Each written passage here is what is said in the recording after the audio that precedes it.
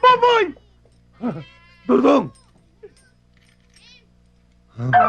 Popoy. Diday. Diday? Diday! Oh, Diday, Diday, Diday, Teka! Pastilan! Purbida bayaw, naalala mo na naman si Ate Diday. Si Dudong ini! Si Dudong ini! Alam mo, Dodong, kapag nakikita kita, naalala ko ang aking mahal na si Diday. Siya nga pala, ang akong senyorita, si Kisis. Kisses po. Popoy, capital P-O-Y, Popoy. Tuloy kayo! Tuloy kayo! Pasok. Mabuti naman at nalawas kayo. Naay problema si Kisis. Totoo ho yun. At ayon kay Dodong, kayo daw makakatulong sa amin dito sa Maynila. Handa akong tumulong. Alang-alang sa'yo. Lalo na kay Bayaw. Ano bang problema? Gusto kasi akong ipakasal ng uncle ko. Sa lalaking hindi ko naman gusto. Kaya tumakas kami ni Dodong. Tama ang ginawa nyo. Kaya kung pwede sana dito muna kami titira. Yan ang hindi tamang gagawin ninyo. I'm very sorry. Hindi ko kayo matutulungan. Dong, paano na yan?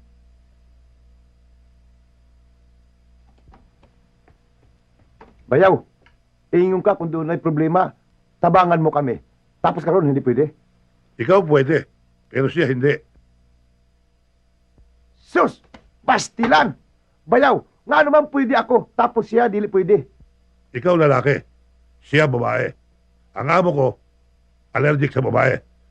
Kaya natidya ko na hindi siya papayag. Kaya I'm sorry again, hindi ko kayo matutulungan.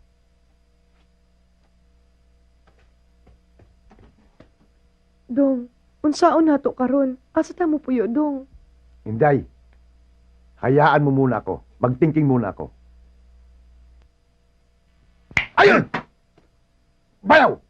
Ang ibig mo sabihin, kung si Kisis naging lalaki, wa tay problema. Walang problema. Good! Hinday! Huh?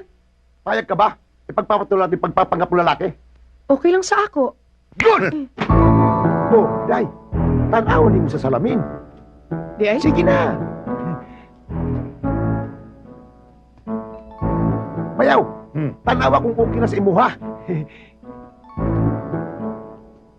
Katol. Tingnan ko nga. Pwede na. Ha? Kaya lang, kailangan baguhin natin ang pangalan niya. Oo nga, Dong. Cases.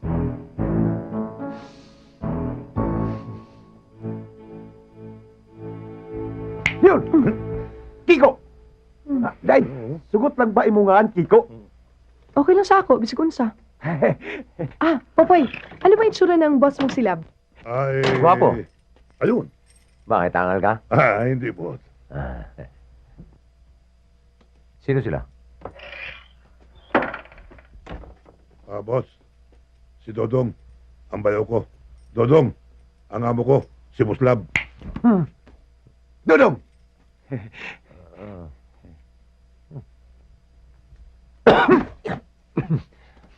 Hoy. Talaga nga palang kamukha nung nasira mo asawa. Oo. Kaya nga. Si Kiko pala. Pamangkin ni Dodong. Kinagagala ko kayo makilala. Buti pa ito si Kiko, pogi Pamangkin ba talaga nito yun? Ha? Pamangkin ho. Pamangkin. Layo na itsura sige, upo kayo, Po. Sige po.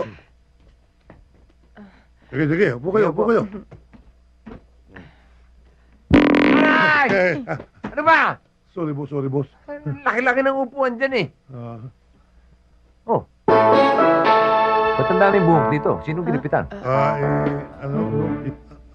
Ako na. Ginupitan ko siya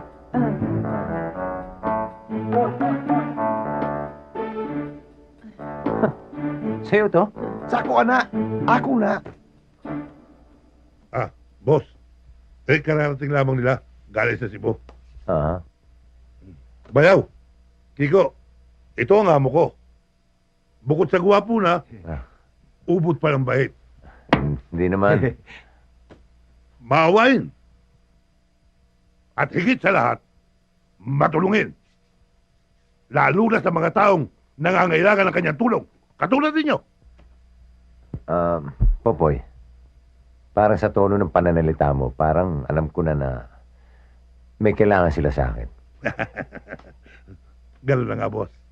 Galing ko, no? Boss, nagkaroon kasi sila ng problema sa Cebu. Kaya kung maaari, pansamantala, dito lang muna sila manunuluyan. Oh, yun lang pala eh. Sinabi ko naman sa inyo, mabait yan eh. Mawalang galang na sa inyong dalawa, no? Ah, Poy, alam mo naman sa'yo pa lang, namumblema na ako't nabibigatan. Tapos, magsasama ka pa ng dalawa. Abay, hirap ng buhay ngayon, nanintindihan mo? Siguro naman, maintindihan na itong dalawan to kung hindi ako papayag, no?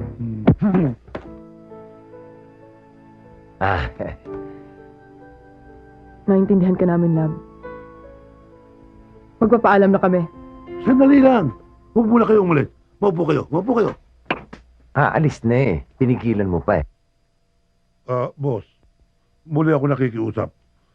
Napayagan mo na silang dito na muna tumuloy. Bay, sugot na. Ay kumulang gamit dire, unsay may tabo sa among buhay. Ano raw? Kung papayagan daw natin silang umalis, baka mapahabak sila. Hindi naman siguro. Pareho naman silang lalaki. Hoy, ayaw yata talaga eh. Aalis na kami. Halika na, tara. Sandali. Pinigilan mo na naman. Boss Lam, mulit-muli nakikiusap ako. Na kung hindi mo rin siya papayagan tumira dito, ang mabuti pa sumama na lang ako sa kanila. Alis na rin ako. Okay, bye-bye. Muslam! Huwag mo ako Ano? malte dito, Muslam! Hoy! Huwag mo palaging mawala ako sa buhay Hoy! mo! Ba- Dodong! Tulungan mo ako Iwan mo! makiusap Ano ka ba? dito! Pulis ka dyan! Ano ba? Muslam! Pumayag ka na, Muslam! Teka muna! Ano ba? Lab, payag ka na naman oh. Sige na nga.